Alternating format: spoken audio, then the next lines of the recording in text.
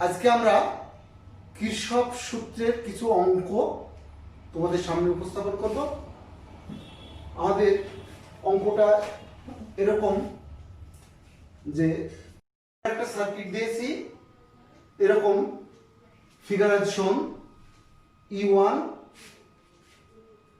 E2 E3 তিনটা shell, তার সাথে R1 R2 রোধের কম্বিনেশন ফিগারের মতো দেওয়া আছে, যেখানে R1 এর মান হচ্ছে 1.2 volt, R2 is equal to 2.3 ohm, ohm, E1 2 volt, আমরা এখানে লিখতে পারি 2 ভোল্ট, আর E3 হচ্ছে 3.8 ভোল্ট, E2 আর E3 হচ্ছে 5 ভোল্ট।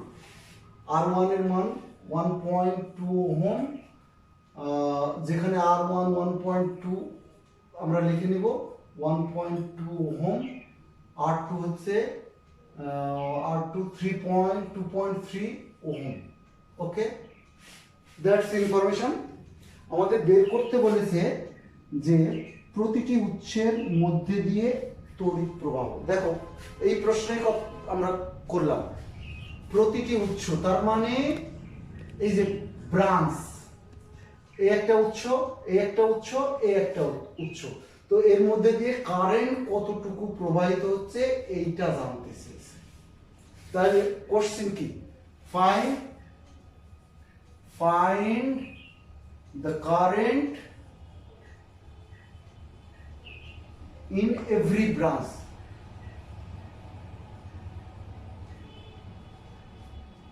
এই হচ্ছে কোশ্চেন। আর কি কোশ্চেন করেছে, এই দুই এর মধ্যে বি এবং ই এর মধ্যে ভোল্টেজ।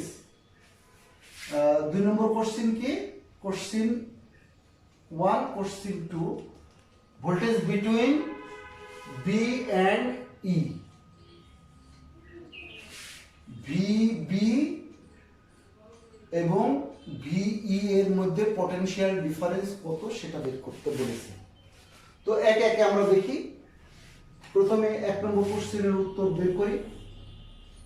এই ব্রাঞ্চে কতটুকু কারেন্ট, মানে প্রত্যেক ব্রাঞ্চে কতটুকু কারেন্ট প্রবাহিত হচ্ছে সেইটা আমরা আমাদের বের করতে বলছি।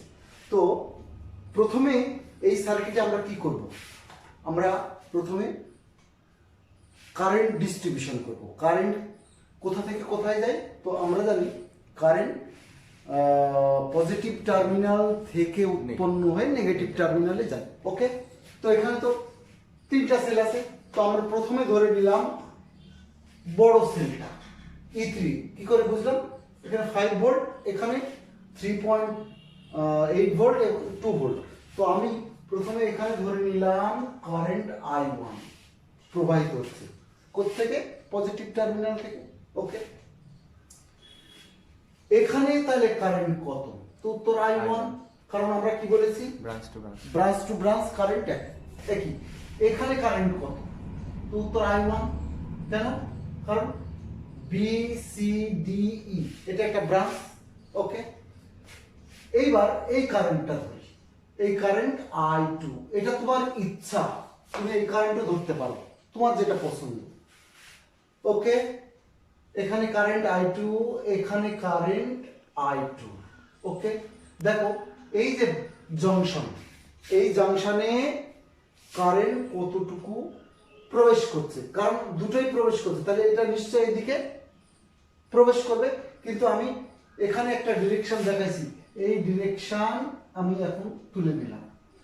এইদিকে কি হলো, তো I1 এবং I2 কারেন্ট প্রবেশ করলো, এটাকে তুমি আইও বলতে পারো।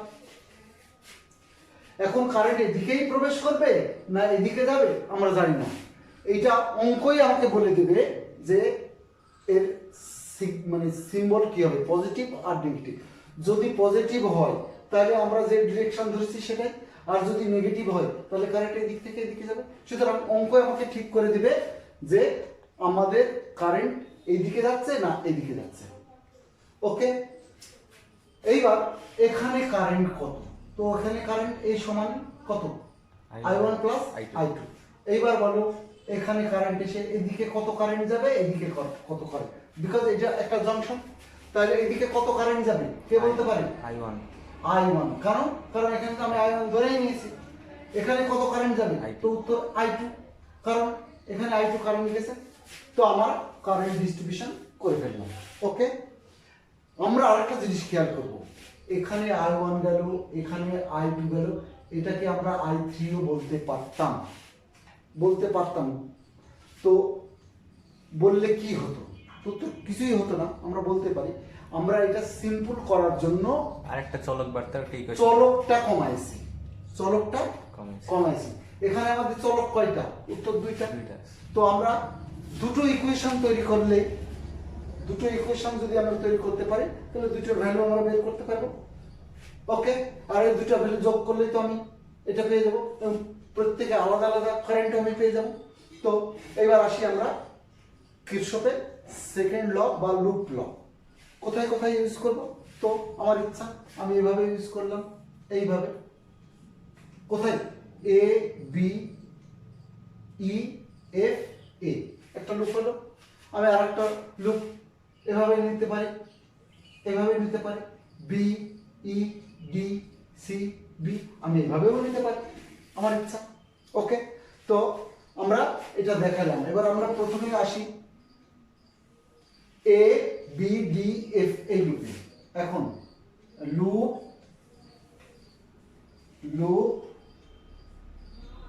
এ বি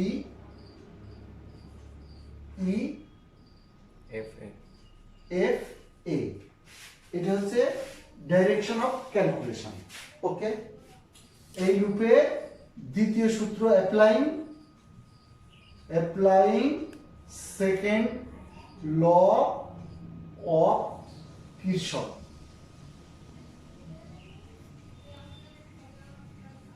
ওকে, লাগাই। এখান থেকে স্টার্ট করলাম। কারেন্ট কত? এখানে I2। আমরা ক্যালকুলেশনের ডিরেকশন কোন দিকে? এইদিকে। কারেন্টের ডিরেকশন কোন দিকে? এদিকে ধরেই নিয়েছি। তাহলে প্রথমে পেলাম R1 I2। ওকে, কারেন্ট I2 পজিটিভ না নেগেটিভ? তো উত্তর পজিটিভ, একই ডিরেকশনে যাচ্ছি। ফের এই দিকে আসলাম, প্লাস মাইনাস পরে লিখছি। রোধ কত? R2। কারেন্ট কত? I1 plus I2। পজিটিভ না নেগেটিভ? তো উত্তর আমরা এই ডিরেকশনে যাচ্ছি, কারেন্টের ডিরেকশনে, সুতরাং পজিটিভ। এখানে পৌঁছে গেলাম। এইখানে এসে কি দেখছি? Positive plate. তো পজিটিভ প্লেট থাকলে আমরা কি পজিটিভ ই লিখব, তাহলে E2 পজিটিভ। এখানে আসলাম, আমরা এইদিকে যাচ্ছি, কারেন্টও এইদিকে যাচ্ছে, প্লাস I2 R1, এটা R1।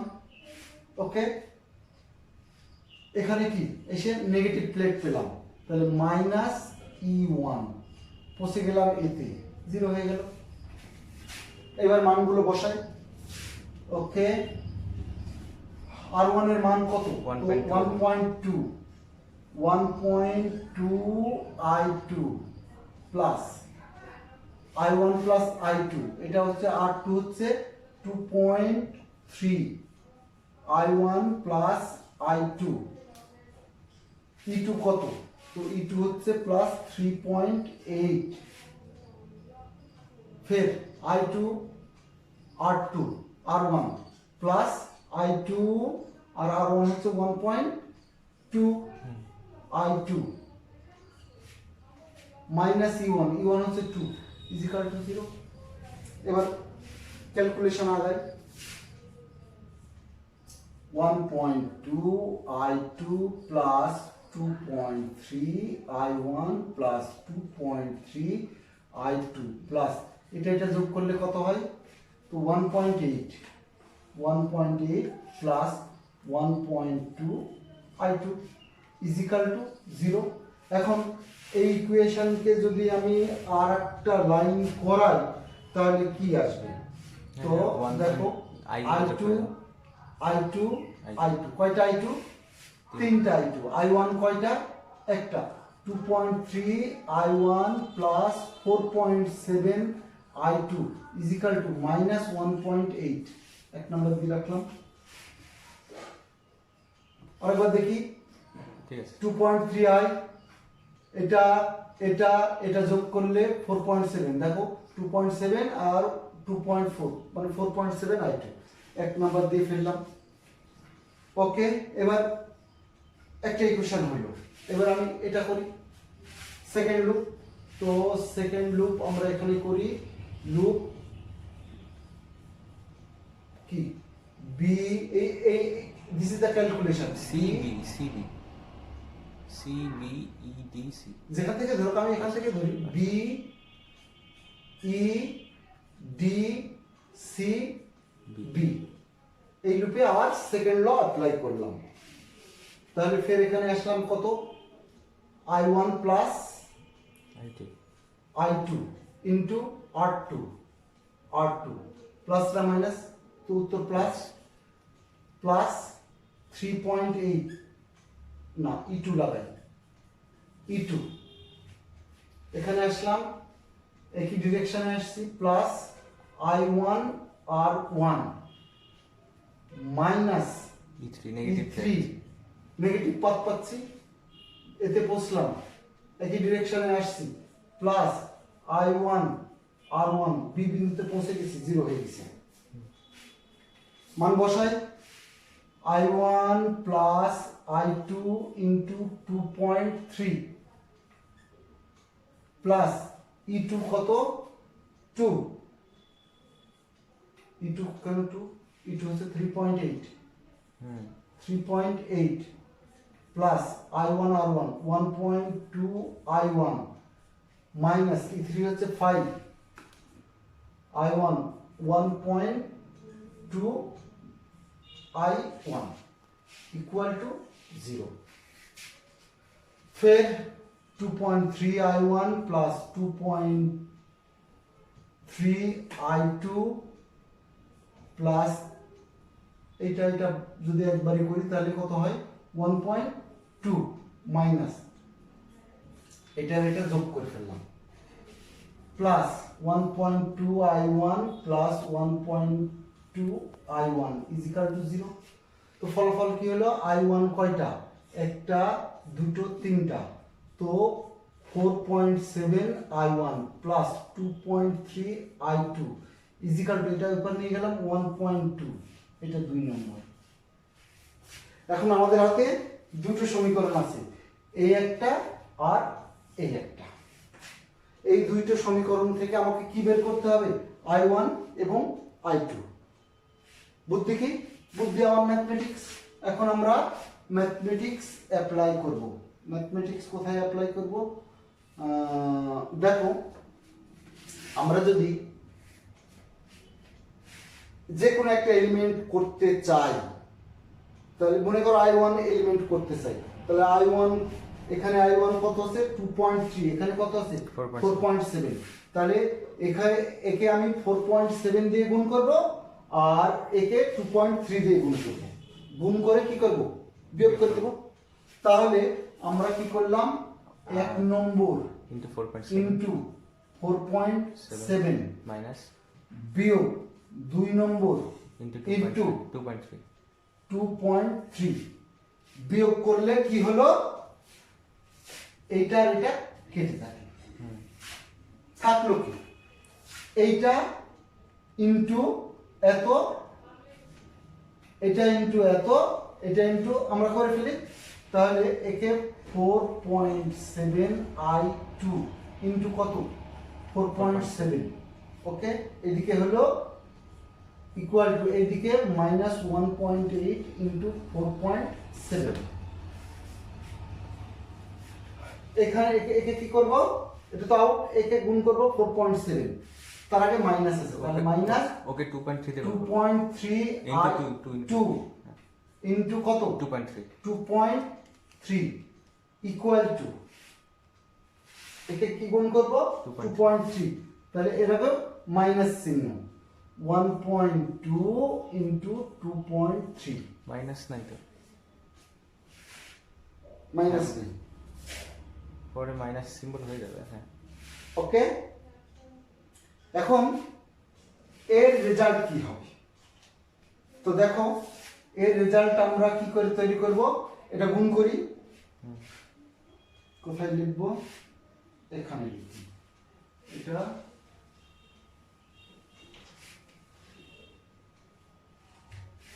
এটা গুণ করে কত হয় বলো? 22.09, হ্যাঁ 22.09 দিয়ে এটা গুণ করে বাদ বাদ দাও দেখি। 22.09 I2 বিয়োগ এটা দিয়ে গুণ করলে কত হয়? 2.3 স্কয়ার 5.29 5.29 I2 হ্যাঁ, বাদ দিলে কত হয়? 16.8, হ্যাঁ 16.8 16.8 I2 ইকুয়াল টু এদিকে কি হয়? এদিকে আসে হচ্ছে এই গুণ করো minus 1.8 into 4.7 minus 1.2 into 2.3, একবারে করো, দরকার নেই এটা গুণ করে বলো। আচ্ছা 1.8 into 4.7 আসে হচ্ছে 8.46, 8.46 আচ্ছা আর এটা আসে 1.2 into 2.3 এটা আসে 2.76, 2.76 এখন এটা বাদ দিলে কত হয়? মাইনাস এটা যদি বাদ দিই তাহলে 2.76 এর আগে নেগেটিভ চিহ্ন আসে, হ্যাঁ। কত আসে? 8.46 plus 2.76 11.22 11.22 অতএব I2 কত? 11.22 2.76 এর আগে মাইনাস হবে না? 2.76 এর আগে মাইনাস, হ্যাঁ, নেগেটিভ বিয়োগ করলে তো মাইনাস এমনি আসবে। এই তো ভুল করতে আমি মাইনাস দিয়েছিলাম। ও আচ্ছা, ওই সিম্বল, ও আমি সিম্বল দিইনি তাই। এই যে মাইনাস চিহ্নটা থাকবে তো, হ্যাঁ ঠিক আছে, তাহলে এখানে ভুল হয়ে গেল সব। না সব ঠিক আছে, এটা গুণ করলে কত হয়? ঠিক আছে স্যার, সবই ঠিক আছে, সবই ঠিক আছে, মাইনাস ধরে রেজাল্ট করা হয়েছে।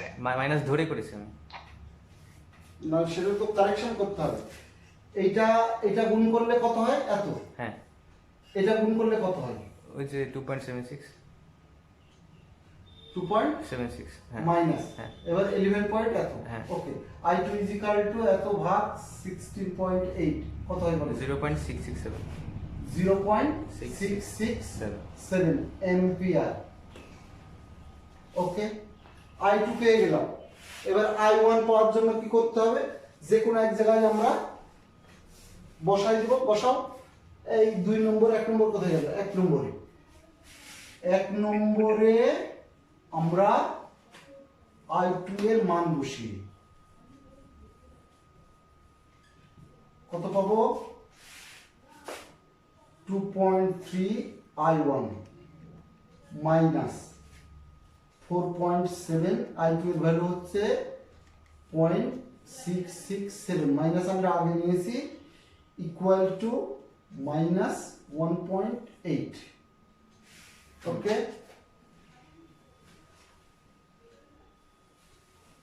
এইবার এটা গুণ করলে কত হয়? এইটাকে গুণ করে এবার নিয়ে যাও, কত হয় দেখো তো? 2 পয়েন্ট এত I1 is equal to 4. Minus 1.8 plus এবার হবে এটা কত গুণ করলে? 4.7 into 10 to the power 0.667, ওইটা আছে 3.13 3.1349 49, এটা যোগ করলে কত হয়? আচ্ছা মাইনাস 1.8 আসে 1.3349 1.3349 2.3 I1 অতএব I1 ইজ ইকুয়াল টু কত আসবে? আসে 0.58 1.3349 ভাগ 2.3 ইকুয়াল টু 0.58 58 অ্যাম্পিয়ার। পরের সংখ্যাটা বলো। 0.580 0। আচ্ছা, এখন আমাকে I1 I2 পাইছি, তাহলে এর যোগফল কত হবে? এবার যোগফল করি। I1 plus I2 equal to, তো দেখো I1 হচ্ছে 0.580 প্লাস I2 হচ্ছে মাইনাস 0.667। এটা বাদ দাও দেখি 0.087 মাইনাস 0.087 0.087 মাইনাস হ্যাঁ মাইনাস ওকে। এই কথার অর্থ এখন আমরা দেখি আমরা কি বলেছিল, আমাদের বলেছিল যে প্রত্যেক ব্রাঞ্চে কারেন্ট কত, যদিও আমাদের এই বইয়ে প্রশ্ন করেছে এর মধ্যে দিয়ে কারেন্ট কত। তো দেখো এর মধ্যে দিয়ে কারেন্ট কত, এত। কোন দিকে? তো উত্তর আমরা তো বলেছিলাম এই দিকে, কিন্তু ওই বলছে এই দিকে। উত্তর কি আসছে? নেগেটিভ। দেখো আসার কথাও তাই, আমাদের কারেন্ট কোন দিকে যাচ্ছে, আমরা ধরেছিলাম এই দিকে পজিটিভ, তাহলে নেগেটিভ আসার অর্থ হচ্ছে এর উল্টা দিকে। তার মানে অঙ্কই আমাকে ঠিক করে দিল যে আমাদের কারেন্ট কোন দিকে প্রবাহিত হচ্ছে। আরেকবার দেখো I1 কত, I1 কোনটা ছিল, এটা I2, I1 ছিল পজিটিভ না নেগেটিভ, তো উত্তর দেখো পজিটিভ। তাহলে আমাদের I2 কি, তো দেখো I2 হচ্ছে নেগেটিভ, I2 নেগেটিভ, অর্থাৎ এই কারেন্ট আমরা ভুল করেছি, উল্টা দিকে যাবে। অর্থাৎ এর কেন উল্টা দিকে যাবে, এর ভোল্টেজ কত, এর ভোল্টেজ 2, এর ভোল্টেজ কত 5, কোন ভোল্টেজ বড়, আচ্ছা 5। সুতরাং এ যদি পজিটিভ হয় একে বাধ্য করবে উল্টা দিকে যেতে, that is why this is negative. Okay, তো আমাকে পরে ডাইরেকশন বলে দিবেন। ডাইরেকশন বলে দিতে পারবো। ওকে, তো এখন